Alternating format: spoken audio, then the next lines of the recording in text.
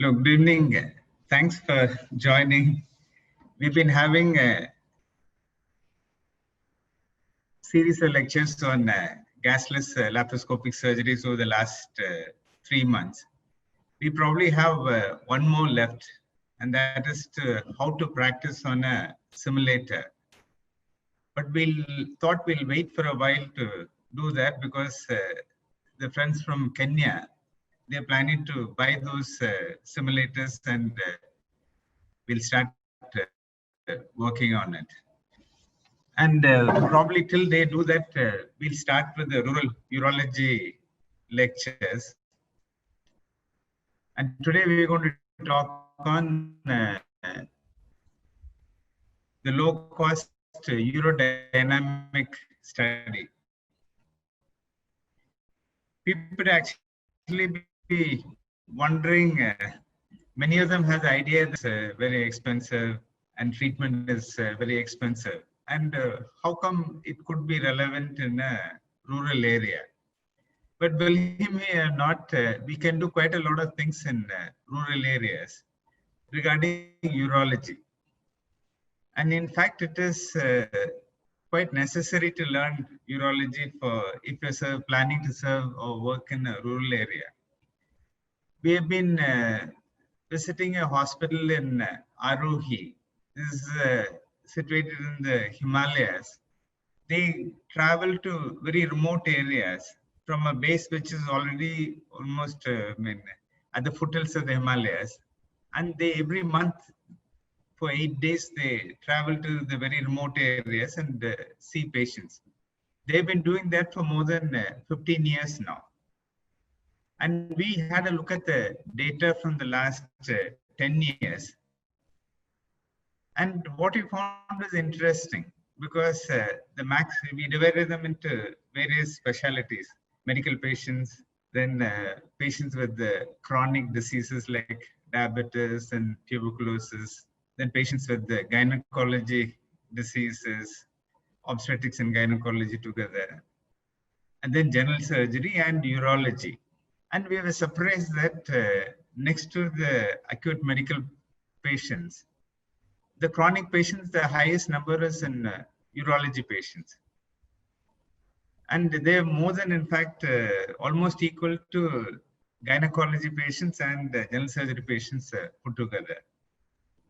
We were surprised because this is not in a very hot, humid area, but these Himalayan hills where it is pretty cold and it can be snowing in winter. Next slide. Okay, so can we have the next slide, please? So today we're going to talk about a subject which not many of the urologists who are old might understand very well, because when we were training almost 20, 25 years ago, that is the time these machines came into existence. This is called a cystometrogram machine. And when we were in CMC Vellore, at that time we bought the machine for almost 27 lakhs, which is very, very expensive. And of course, the test and other things are a little boring to do. But then I enjoyed doing them because of the expensive machine. I had the opportunity of sitting in an air-conditioned room, while even the head of the department and consultants had non-AC rooms. Because these machines were expensive. All that did was it studied the pressures in the bladder. A simple English name would have been cystometrogram, would have been just bladder pressure studies. What we do is we study the pressures inside the bladder. But then why is it difficult and why do we need an expensive machine? The reason is that if you have a pressure transducer in the bladder, the pressure it measures not only the pressure from the urinary bladder because of the contraction of the detrusor muscle, but also because of the abdominal pressure. So it's a measurement to measure two pressures together. And then how do we subtract the abdominal pressure? So we have a balloon transducer which you put in the rectum. So there is a computer which gets the total pressure, then subtracts pressure from the rectum, and then gives the actual detrusor pressure or bladder pressure. And why do you need to study this? Because the almost a third of the nerves from the spinal cord, they supply the bladder and control the various activities of the bladder. So very often we think that if the prostate is enlarged, it'll cause obstruction, and if you remove the prostate, the obstruction will become all right. But then they found that that is not the case, because the size of the prostate, if it is large, did not imply that it always causes obstruction. Sometimes even very small prostates can cause obstruction. On the other hand, people with very large prostate might not have any symptoms or any significant obstruction. And again, there are many patients who undergo surgeries. In those days, the surgeries are blind. The open surgeries, either was transvesical or even retropubic, was almost blind, because you're not sure where the bleeding is from, because it's right at the depth. So there were patients who used to even die because of the prostate surgery. So even after taking a risk and doing the surgery, patients were not recovering. They were not improving after the surgery. Again, the reason is that the size of the prostate does not actually correlate with the obstruction. And again, the symptoms also might not improve, because somebody might have a severe irritative symptoms, voiding symptoms. And after doing the surgery, the symptom may remain exactly the same. So all the efforts in taking a risk and doing the surgery will become actually a waste. And that is the reason why people started doing these so-called bladder pressure studies, or cystometrogram. And as I said, even though it is quite expensive when it started, almost 27 lakhs, even recently it did not come down much. The prices from 27 lakhs, it came down to about 12 lakhs once the Chinese started making these equipment. So we are going to now talk about how we can do the same test at a much, much lower cost. Next slide, please.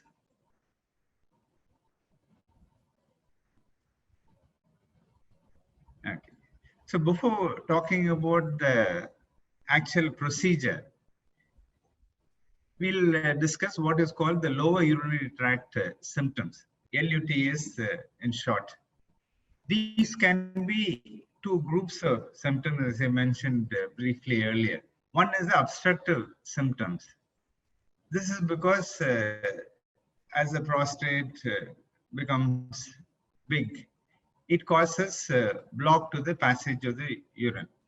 So these primarily because the muscle has to work harder and generate higher pressure to make the person pass urine. We have at the neck of the bladder, we have the sphincter, which relaxes and allows the urine to come. But ordinarily, there will be some resting pressure. The bladder has to generate enough pressure to start voiding. So in the first symptom which people notice is that there is what we call hesitancy. What it just means is that it takes a little while longer to start passing urine. So because when you are younger, in the 30s, 40s, you rush to the toilet and immediately start passing urine. Then as you grow older, it takes a little while to start passing urine. The reason is that when you are younger, when the bladder generates about 60 centimeters of pressure, you can start voiding. But then as there is becomes higher and higher. So which means that after a while, you need to generate about 70 centimeters of pressure to start voiding. So that is the reason for this hesitancy which is there. But then most often what happens is that once you start passing urine, then everything is almost the same. There's not much of a difference. But that happens for a while. But then after that, then we have what is called post stream. And they used to say that when you're young, you can write your name on the ground while passing urine. But then as you grow older, you may not be able to form the letters properly. Because again, because of the obstruction, the amount of pressure which the detrusor muscle or the bladder muscle generates cannot beat what it used to do earlier. And then when this is the second thing which occurs. But then after that, what happens is that it goes on to what is called intermittency. The speed of the flow is not that uniform. It goes up and down. So this is because, say, for example, say if you are walking in a railway track and railway station and carrying a luggage. When the luggage is not heavy, you just carry and walk across without any problem. But then when it is heavier, what you do is initially when you cannot walk as fast as you used to. So you slow down. So, and after that, you cannot carry it completely. So you stop, rest for a while, and then start again. So like that, the urine also will have a little bit of ups and downs because of intermittency. And then finally it reaches a stage called incomplete voiding. So here what happens is that you're not able to pass urine and complete the voiding. Even after passing urine, some more urine is left behind. So normally, if you do bladder pressure studies, you find that young people may not have any residual urine. And that is the reason that once you're completely empty, there should not be any urine. And up to 30 ml is accepted as okay. It's all right to have a little bit of post-void residue. But when it is more than 30 ml, it is significant. Next slide, please.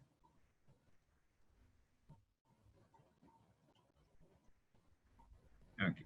The next set of symptoms are called the irritative symptoms. And the first thing which occurs is nocturia. See, normally we don't get up in the night to pass urine. But then when there is a significant obstruction and also post-void residue, then you start getting up once or twice in the night to pass urine. And then with time, the frequency increases in the daytime also. And the reason is that, so one of the reasons is that, as we mentioned earlier, with obstruction, there is a significant amount of residual urine. So normal capacity, we say the bladder is 500 ml. Normally, if you generate about 50 ml per hour, it takes about 10 hours for the bladder to fill up. But if already there is 100 ml present in the bladder, to reach the stage of 500 ml, it will take only 8 hours. So the frequency keeps increasing. In addition to that, normally the bladder has some bacteria, and the doubling time of bacteria is about 20 minutes. So every 20 minutes, if you start with 4 bacteria, 20 minutes later it'll be 8, and another 20 minutes later it'll be 16, and so on. But then it doesn't cause any significant problem or irritation till it reaches a level of about 1 lakh per ml. But then each time you have to realize that you start with a slightly higher and higher level, and it might reach a level where there is some amount of infection. This infection causes some edema and swelling, which again effectively lowers the capacity of the bladder. So when it becomes a little more, then you start having dysuria or burning pain while passing urine. And ultimately, it can cause severe urgency. The functional capacity of the bladder will be so low that you can't hold the urine for a long time. And when bladder, the prostate keeps expanding, there is a little bit of bleeding, or there is infection, there is some hyperemia and bleeding. So all this can cause symptoms like hematuria. But what you need to realize is that basically there are two sets of symptoms. One is the obstructive symptoms, which is due to block. The next set of symptoms is the irritative voiding symptoms, which can either be due to the block or could be to any other neurological problems. Next one.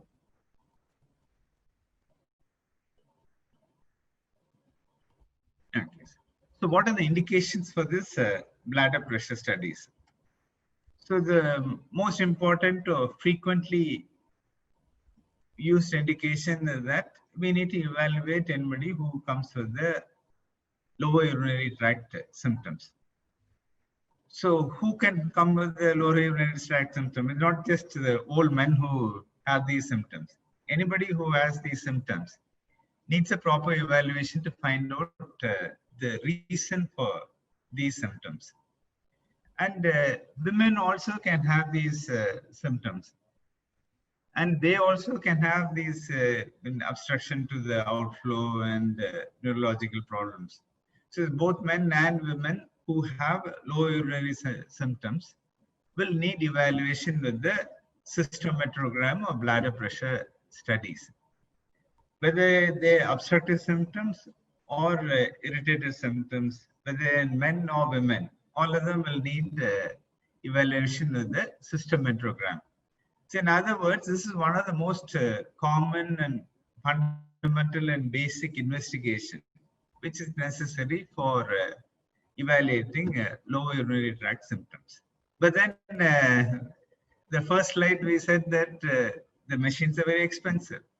So if you need to have a machine and do with the machine, then it is difficult. But then that is the reason why we are here to teach you a low cost method. Next one. Next slide, please. Okay. So what are the preparations we make before actually we do the test? Most of the Western people will tell you that there's no need for antibiotics for any of the routine surgical procedures. But we who work in rural areas and other areas, probably even in African countries also, we would definitely use antibiotics because we don't want unnecessary infection. Another thing you need to realize is that because you're putting tubes in the bladder, it is actually almost like a regular surgical procedure. You need to take all the precautions which are necessary for performing surgery. So we start with the antibiotic prophylaxis, and then we clean and drape as we do for any surgical procedure. And then we use two infant feeding tubes. You can either use one 5 French tube and one 8 French tube, or you can use two 8 French tube, whichever is available. And then you need a lot of xylocaine jelly, and then beat it in. So what we do is basically the regular machines, they use a pressure transducer to measure the pressures. And these are expensive. So what we use for measuring the pressure is IV tubing. So what we do is we connect the IV tubing and have the zero set at the pubic symphysis, level of the pubic symphysis. And then once you put the infant tube in the bladder and connect the IV tubing, then you can measure the pressure in centimeters of water. So what we do is we use one tube for filling in the bladder and one tube for measuring the pressures. In ideal circumstances, even actually, you're supposed to do the test in a natural way, which means that you should naturally fill the bladder. But then there is no time, you don't have time for this. So even when the regular urodynamic study or in this low cost method, we use normal saline for filling the bladder. Next slide, please.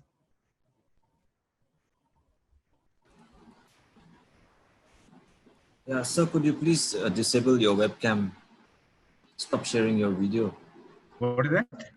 Could you please stop sharing your video? I think we have an internet problem. Yeah, thank you. So, yeah. Is it okay now? Yeah, please proceed, sir. Thank you. Okay. So then, before starting the procedure, so what you need to do is ask the patient to empty the bladder. So the patient empties the bladder first, and then you clean and rape. Of course, you start with the antibiotic, then empty the bladder, clean and rape the patient. Then you pass both the internal feeding tubes.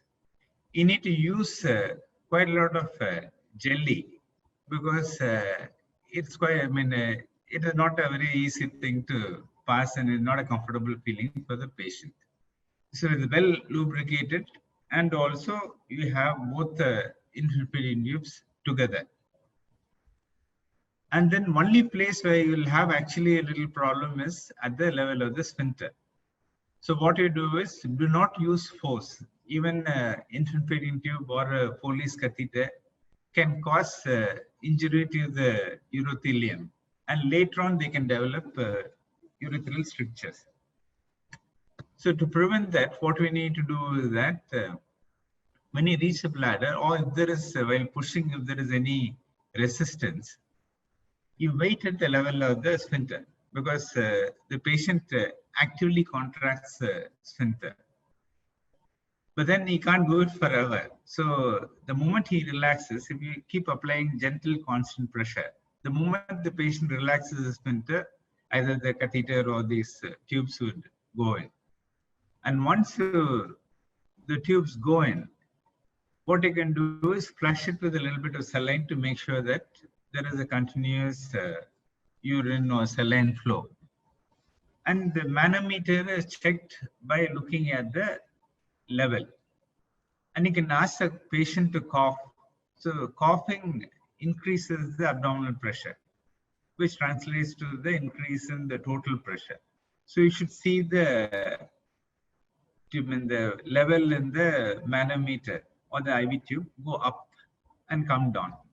So normally with the cough, this is one thing you need to understand, is that when you're generating abdominal pressure, these are short spurts of pressure, especially when you're coughing, talking, or doing anything like that.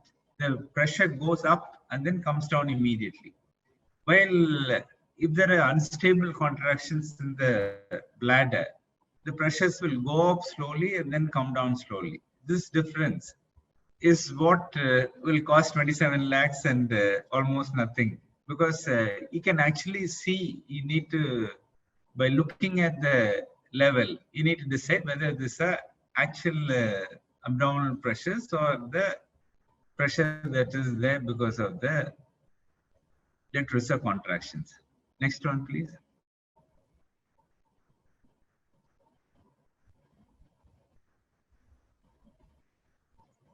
Okay, so the resting pressure normally is about 10 to 12 centimeters of water. So what happens is that God has created a bladder in such a way, the fibers are interlacing. So unlike a balloon, when it expands, the pressure inside the balloon increases.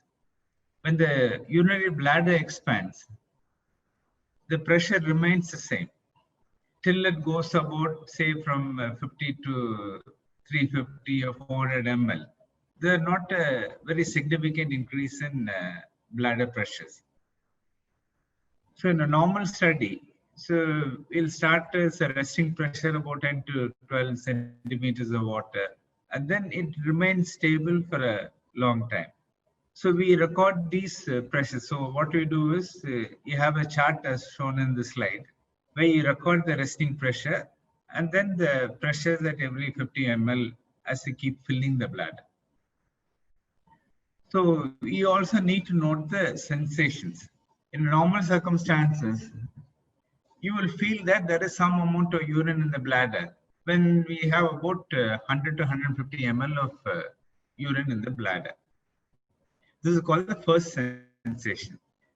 Then when it pressure reaches about, volume reaches about 350 or 400 ml, then he has a desire to void. It's called the voiding sensation. But then you don't immediately void. If they're, I mean, if small children or animals will immediately void. But then we don't do that. We can hold on to voiding till we reach a place which is comfortable for voiding. We need to find a toilet. We need to find an empty toilet and get in, close the door, and so on. So it takes. We can control the voiding for a long time, a little while after we reach the sensation of voiding, till you find all these things which are comfortable. But then if you're not able to find these, say if you're traveling in a bus or something, then you get a sensation of urgency when you can't hold anymore. So then you go and start voiding, and we need to measure the maximum voiding pressure.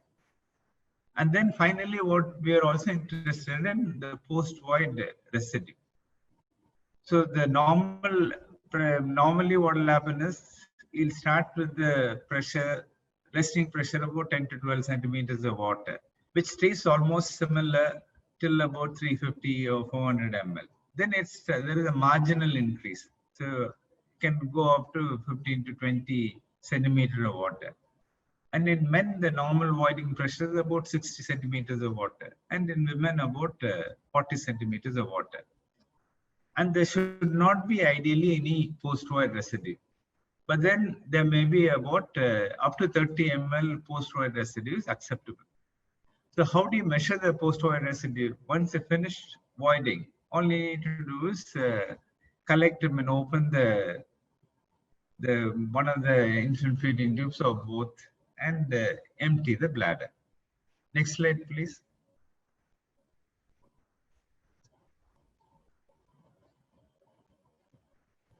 Okay, so the recordings on the right show how the normal study goes. So till about 100 to 150 ml, the resting pressure is about 10 centimeters, and not much change till 350 to 400 ml. And the voiding sensation occurs about 350 and urgency about 400 ml. And usually when people do not have these unstable contractions. And the maximum voiding pressure is 60 in men and 40 in women. And post-void residue is less than 30. This is the normal study. Next one.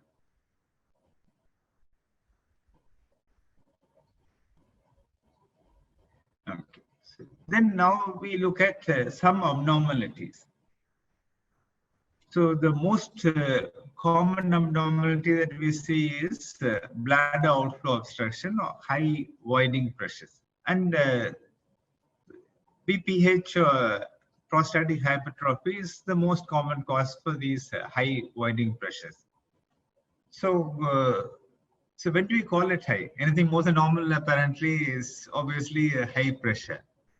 But then we take a limit of about 90 centimeters of water to call them high voiding pressure. This is because we would like to offer surgical treatment if the pressure is more than 90 centimeters of water.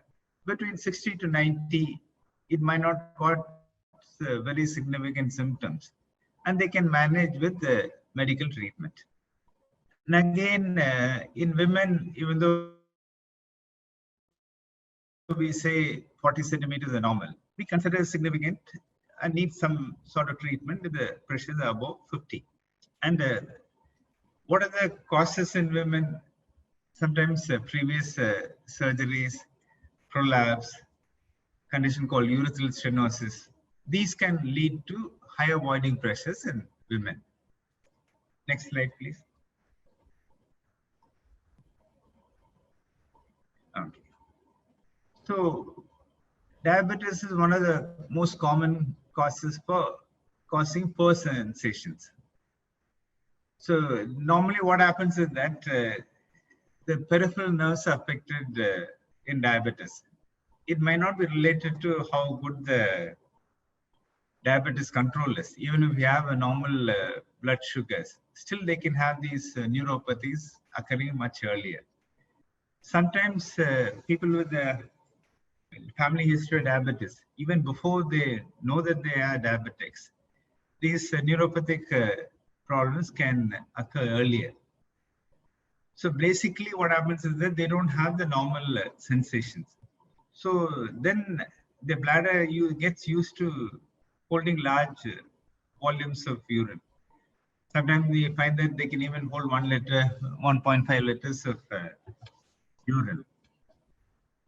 And other thing they can have is because they'll have a sort of sensation of fullness in the pelvis, especially in the lower pelvis.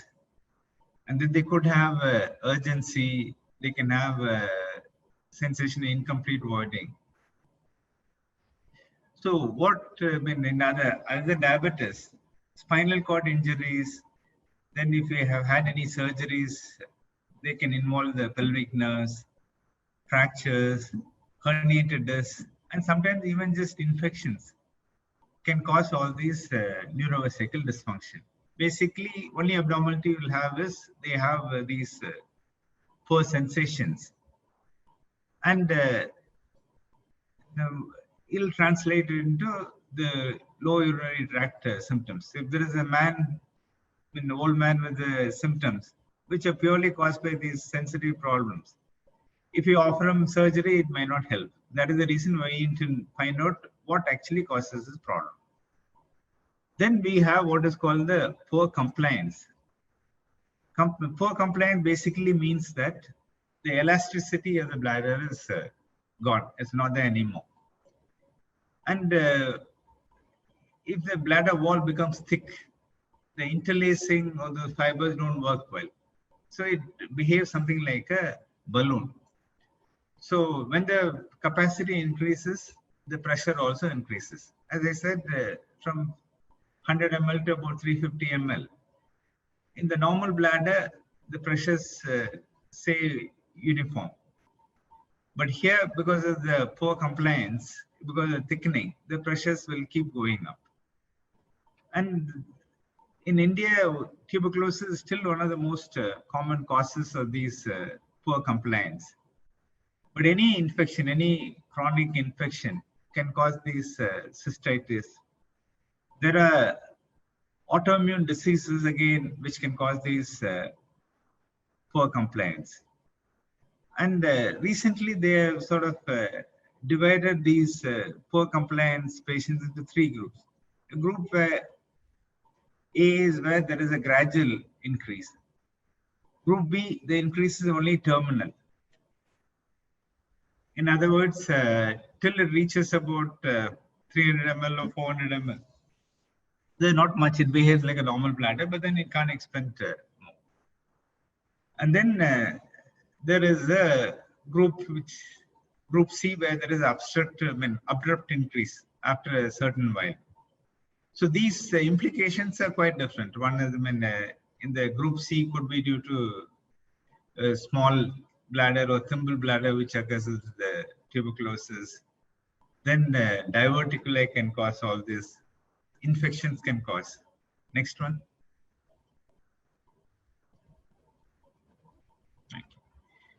Then the other thing is the unstable detrusor contractions. This is the thing we need to sort of, this is where the machines are superior. So you need to make out whether the bladder contractions unstable or uninhibited contractions. See, normally what happens is that the bladder muscle is not supposed to contract unless you're voiding. Because it'll increase bladder pressure and start pushing the urine out. And the mechanisms arrange in such a way that only when the brain gives instruction to pass urine, the bladder should start contracting. But then these unstable contractions occur when there are neurovesical dysfunction or the nerves are damaged. So that even when the sphincter is closed, the bladder starts contracting. And the problem is that when the sphincter is not open, these can cause back pressure changes. So if there is ureterovesical junction, if they're not proper, the pressures can go right up to the kidneys, and it can cause problems there. And again, it causes the muscles to hypertrophy. Then further it can develop diverticulum and so on. So these, in addition to the problems of the nerves, cystitis, tuberculosis, again, autoimmune disease, all of them can cause these unstable contractions also. Next slide, please.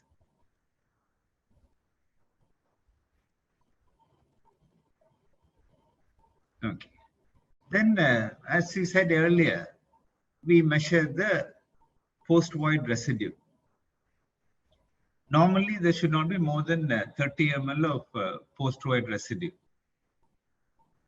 But then more than that is significant. And we saw how increased post-void residue contributes to increased frequency, more chance of infection. And again, the infection will cause thickening of the bladder and poor compliance and hypertrophy of the muscles and so on. So it is not a good thing to have a significant post-void residue. And with the plain bladder outflow obstruction, the reason is that it occurs because the detrusor has to generate a very high pressure and is not able to sustain it for a long time.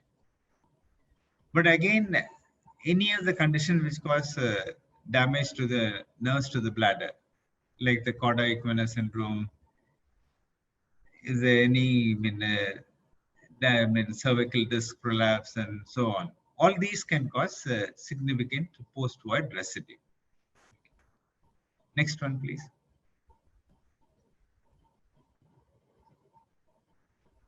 Okay, then how do we manage all these things? So once you know the symptoms, and once you do a systematogram, you would be able to find out what is causing these symptoms. So the first one is, one of the most important common finding is that there is increase in maximum voiding pressure. So if there is an obstruction due to prostate, as we said, the pressure starts slowly going up. It starts with 60, then 70, 80, 90. So when it is between 60 to 90 centimeters, you can use some medicines to decrease the pressure. So there are two components to the obstruction. One is that the tone of the muscles which are there in the prostate. And the other is the actual size of the prostate. So the alpha blockers like tamsulosin, terazosin, doxazosin, alprazosin, and these sort of alpha blockers, it reduces the tone of the prostate. So especially this is patients who have a symptomatic obstruction and a small prostate, they're most likely to have the problem due to the increased tone of the prostate, and they will benefit from these alpha blockers. On the other hand, the gland size also starts increasing once you reach the age of about 40. And it's slowly increases about 1 gram per year or something like that. And the 5-alpha reductase inhibitors like finasteride or dutasteride, they decrease the size of the prostate. And they can either use one of these two groups of medicines or use both of them because they complement each other. They act in a different way. So you can add, if one is not getting controlled, then you can add the other medicine. So how you decide is that if the prostate size is big, then you start them on 5-alpha reductase inhibitors like finasteride or dutasteride. There's not much difference between the finasteride or dutasteride in terms of the clinical efficacy. Only thing is the newer medicine is obviously more expensive. So you can still easily use finasteride if it's available. But if the size is small and the symptoms are more, then they will benefit more by alpha blockers. You can use tamsulosin or terazosin or any of those things. Next slide, please.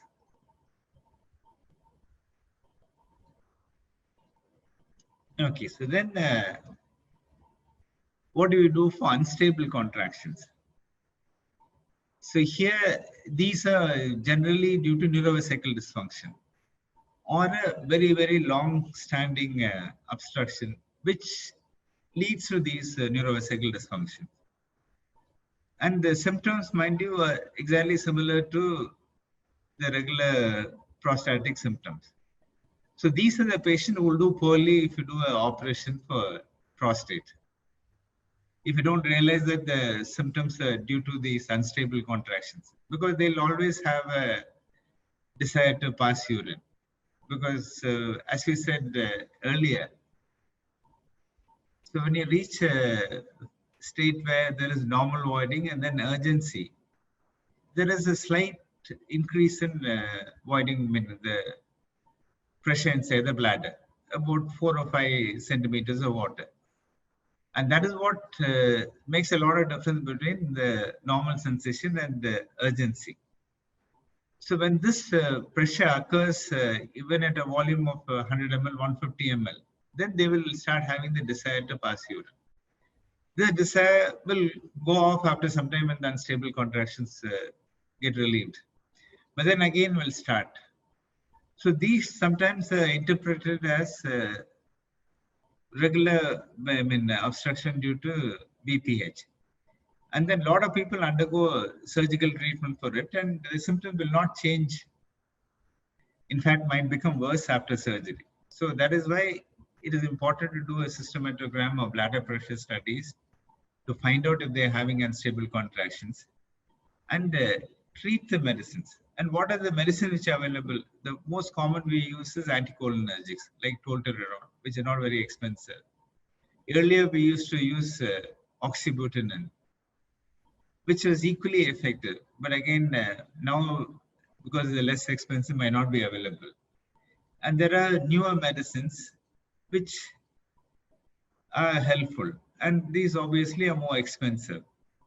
And again, as you said earlier, for bladder outflow obstruction, you need not stick to just one medicine. If one doesn't work, you can add the other group of medicines, and 2 of these can be used together to control the unstable contractions. Next slide. Okay, so then what do you do when there is significant post-void residue? So the normal bladder always has some bacteria, but then you don't get urinary tract infection because when you empty the bladder, these bacteria go away. And then there's only a small amount of bacteria you start with. And again, there is a doubling time happening every 20 minutes. But then you never reach a threshold of 1 lakh bacteria per ml, which is the threshold necessary to cause a symptomatic infection. But if there is a significant amount of post-void residue, what can happen is that you frequently keep getting these infections. So one way of treating these infections is to give an antibiotic therapy. And most of the time, it is sufficient if you just give one dose at bedtime, because nighttime is the time where urine stays in the bladder for a long time. Daytime, you keep passing urine quite frequently, so you don't have much of a problem with infection. But in the night, there is enough for 20 minutes for the bacteria to double and cause a problem. But again, the significant problem which caused this post-void residue needs to be treated. For instance, if there is a small prostate and marginally elevated maximum voiding pressure, then using alpha blockers will help, because that will reduce the pressures and it will come in help reducing the post-void residue. But sometimes what happens is that these residues because of unstable contractions or neurovesical dysfunction. So then what we do is we practice, especially we tell the patients to practice what is called double voiding. So the first instant, if they're able to void from 400 ml, if they're able to void 300 ml, you have a residue of about 100 ml. You ask them to void once more, 5 minutes later. So then what will happen is from 100 ml, they'll be able to pass at least 50 ml, then the post-void residue reduces. So this will help reducing the infection and the problems associated with infection because of the high post-void residue. And when there are a lot of residue and infection in acid urine, there can be a lot of deposits. So it's also good to alkalinize the urine, and that is the reason why you give sodium bicarbonate. Next slide, please. Okay, now we go on to what are the newer forms of therapy which are there. There's a lot of therapy with the biofeedback, then the sacral nerve stimulation, muscle cell therapy, gene therapy, and neuronal growth factor treatment. These are all treatments which can be used for treating neurovesical dysfunction. So if there is any problem with the neurovesical dysfunction, then these sort of medication can help. So summarizing, so we do the bladder pressure studies to evaluate patients who have lower urinary tract symptoms. And what are these lower urinary tract symptoms? There are two groups. One is that they call the irritative voiding symptoms and obstructive voiding symptoms. The obstructive voiding symptoms are generally due to BPH or any cause of obstruction. It starts with the hesitancy. It takes a long time to start passing urine. Then it becomes poor stream. You're not able to pass as quickly and as far as possible as we used to do earlier. Then it becomes intermittency, where you pass in a little bit of at a time and you have difficulty in emptying the bladder. Then finally it results in the post-void residue. So after passing urine, you have a significant amount of urine left behind in the bladder. Then the irritative voiding symptoms start with nocturia. You get up frequently to pass urine at night. Then the frequency increases both day and night. And then you have urgency. And other symptoms can like feeling fullness in the lower abdomen. And then some amount of, because of unstable contractions, you can feel these desire to void, which keeps occurring and disappearing and so on. These are one group of symptoms. Then the other group of symptoms is if the nerves are totally damaged. You don't realize that your bladder is full and you can have almost 1 liter, 1.5 liters of bladder. And these can also, because there is no proper sensations, this can also lead to these various infections, and they can keep having these problems. Then once you do them, the way to do that, you need to treat it like a regular surgical procedures. So we passed 2 infant feeding tubes, one for filling in the bladder, one for measuring the bladder pressures. So unlike the regular commercial machines, we don't put in a rectal balloon to measure the bladder and the rectum. So we measure only the combined pressure. The bladder pressure that we measure through the infant feeding tube in the bladder is a detrusor pressure plus the abdominal pressure. So the important thing when you're doing it in a rural area is to make sure that you identify the difference between what is an unstable contraction and what is an abdominal contraction. So if you're coughing, if you're straining, the pressure goes up and comes down. If you term it as unstable contraction, then you'll be giving unnecessary medicines and causing problems. But if you're able to recognize what happens with these conditions, the bladder pressure goes up and comes down immediately. And also it correlates with what you can see in the patient. When the patient coughs, you know that the patient is coughing. If the patient is straining, you know the patient is straining. If the patient is talking, you know the patient is talking. So you need to learn to ignore these small variations which occur because of these sort of things. So once you're able to mentally subtract all these things, then then the thing is again interpreting the maximum voiding pressure. Here again, if you're not able to generate significant detrusor pressure, the patients will use quite a bit of these abdominal pressure to start and try and pass urine. So the pressure may be really very high, but then that is not the problem. That doesn't actually mean that there is a significant obstruction and the bladder pressures are high.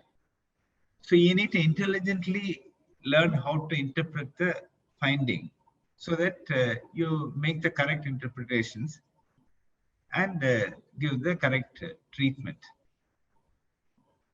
So if there's any questions, then we can talk about discussions, or if anything you've not understood, we can ask. See, this is a test which many of the doctors in rural hospitals have started doing it. It helps because the patients who really have a high voiding pressure, when you offer treatment, they will definitely benefit, especially if the pressure is more than 90, 100 centimeters of water. And it doesn't really matter whether they have a very large gland or a small gland. Once you offer treatment with removing the prostate, then they definitely get benefited. On the other hand, if you're not sure, if you just go by the symptoms alone, many of them may not benefit by the surgery. And sometimes unnecessarily you'll be making them undergo surgeries, which probably are not needed. So the important thing is to note the level used at the manometer. And if there is any block in the tubing, then the pressures don't work very well. And initially I said we use quite a lot of jelly to decrease the discomfort while passing the catheter. So what happens is that this jelly also can block these infiltrating tube, and you may not be able to measure the pressure properly. So it is important to make sure that the column keeps moving up and down in the IV tubing. And you make sure, ask the patient to cough 2-3 times to make sure the level keeps moving up. Any other questions?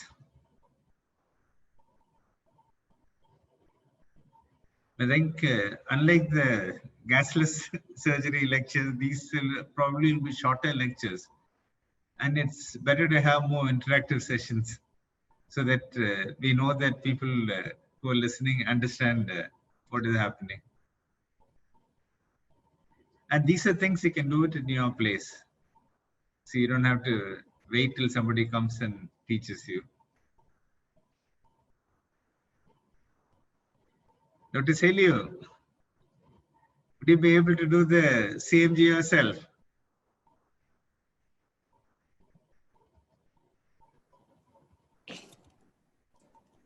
Okay, so can you unmute all the participants? I've been able to participate. Pardon me? Yeah, I can hear you. I've been participating. Okay. Thank you. Yeah. So can you just tell the other people what are the steps? So doing a CMG. Oh, well, I've been doing it here in Nigeria. I've not been doing it. I've not been doing it here in Nigeria. Yeah, you should start doing it now that you learned how to do it. So what antibiotic will you give? I didn't specifically mention it because I thought somebody should ask the question. Well, I couldn't hear very well. Yeah, so you should have asked. So what is the antibiotic normally? What antibiotic we use? Well, Dr. Clifford or Dr. Simon, what antibiotic would you use? I don't know. Maybe you could go for something that's like a fluoroquinolone. I don't know, ciprofloxacin or levofloxacin or maybe nitrofurantoin. Okay, so these oral tablets we use for, as I mentioned, if you have a significant post-void residue, one dose at night would help. But for invasive procedures like a cystometrogram, we generally prefer injectable antibiotics. We can either use third generation cephalosporins like cefotaxime or ceftazidime or cefotaxime. One of them, ceftriaxone, one dose, 1 gram. And sometimes if we suspect there is a significant residue, then we add amikacin or gentamicin. So we give the antibiotic about 1.5 hours before the procedure. So normally, even if you do it without the antibiotic, it should not matter if we're able to empty the bladder completely, because whatever bacteria you're putting inside, once the bladder is empty, it comes out. So it doesn't generally cause much of a problem. And also, we should make the patient drink a lot of water so that there is, even whatever bacteria which stays behind gets washed away. But then the antibiotic becomes significant if there is a post-void residue. We don't want to flare up the infection because you're passing foreign body and other things there. So generally, 1 dose should suffice.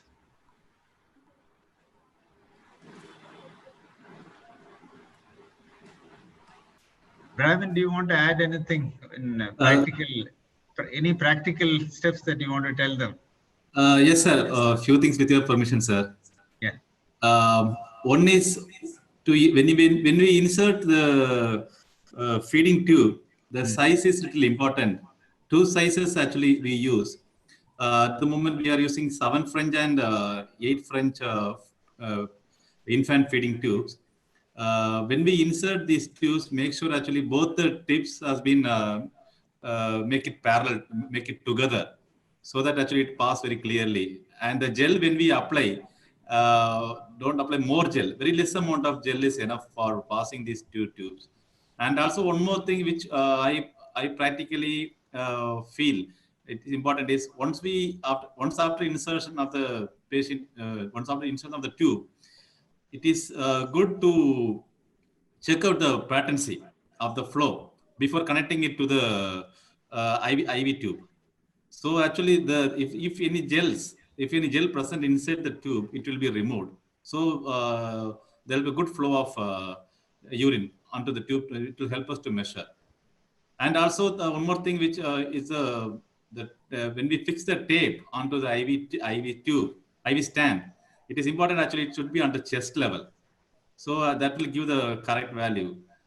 And in some patients, I have seen actually there will be overflowing from the top end of the IV tube. So make sure actually we'll give approximately around 150 centimeter height of the measuring tape.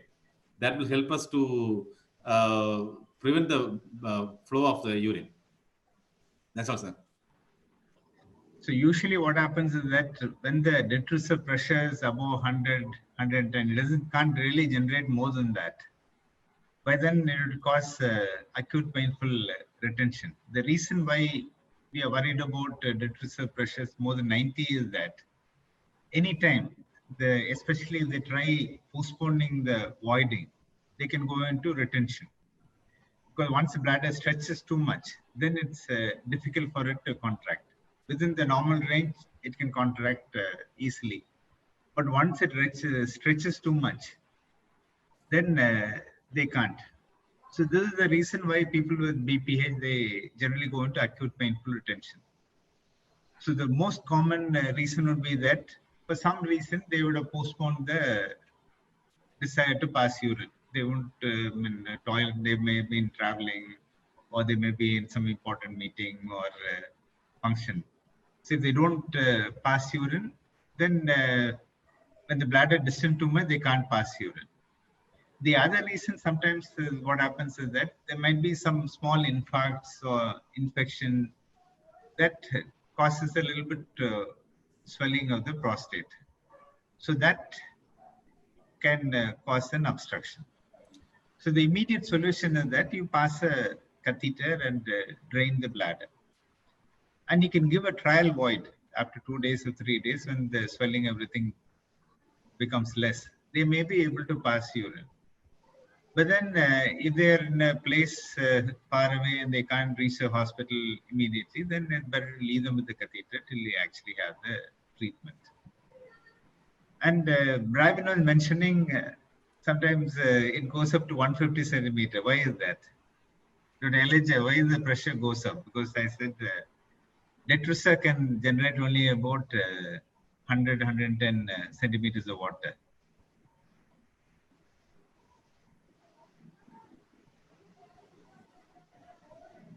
Did Elijah, can you hear?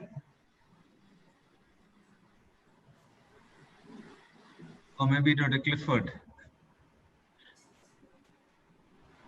I think the microphone is muted. Okay, so. Case I think can unmute. Yeah, they need to. They have to do it themselves. Yeah. One more thing. Sorry, I would like to add one more point here. Please continue, Bhavin. Sorry. Yeah. One more point, sir. Just about we need a little clear understanding on the first sensation and the second sensation, because when we explain the patient to inform us about the first sensation and second sensation, technically, if you explain a little more about the first sensation and second sensation and how we can expect it from the patient, that one point.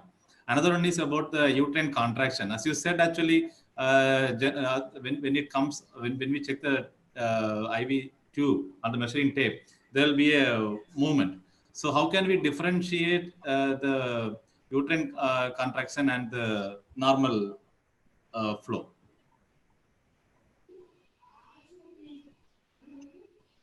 So I wonder whether I understood Bravin's point. So we are discussing about two different things. One is that unstable detrusor contractions. These are abnormal contractions because of problems with the nerve supply to the bladder. But then we can have a contraction which exactly mimic these because the patient is straining. So if you do with the expensive machines, you'll be able to detect only the unstable detrusor contraction because automatically the machine subtracts the total pressure and the rectal pressure from the total pressure. So what you have to realize is the pressure we are actually measuring is the detrusor pressure and the abdominal pressure. But as I mentioned earlier briefly, the abdominal pressure, you cannot sustain it for a long time. So if you're coughing, it's just a momentary contraction. And if you're straining, you can hold for 1 minute, 2 minutes, 3 minutes, but not more than that. And generally, when there is increase in pressure because of abdominal contraction, the rise is quite rapid. And then it almost immediately falls down or fairly quickly falls down. But if it is due to abnormal detrusor contractions, then it goes up very slowly, then again comes down even further slowly. So that is the main reason for you being there, actually observing, is to differentiate between abdominal detrusor contractions and the abdominal contractions. And again, when you're quantifying, because a lot of decisions we take because we say maximum voiding pressure is this much. You need to realize that maximum voiding pressure also has an abdominal pressure component. And that is where the experience comes. Bravin has done quite a lot of system metrograms and he can differentiate when it goes to 150, he knows that it is not fully detrusor. We are interested in the maximum pressure generated by detrusor contraction. And again, I think Lab Guru is recording all these lectures. So you can go to Lab Guru, I think And again, G4 Alliance also have the recording of these lectures in the website. So you can have a look there also. And if there are any questions, you can always ask. Okay. Thank you. Okay, there are no more questions, then I think we'll finish. Thanks for joining us. Bye. Thank you, sir. Thanks, everyone.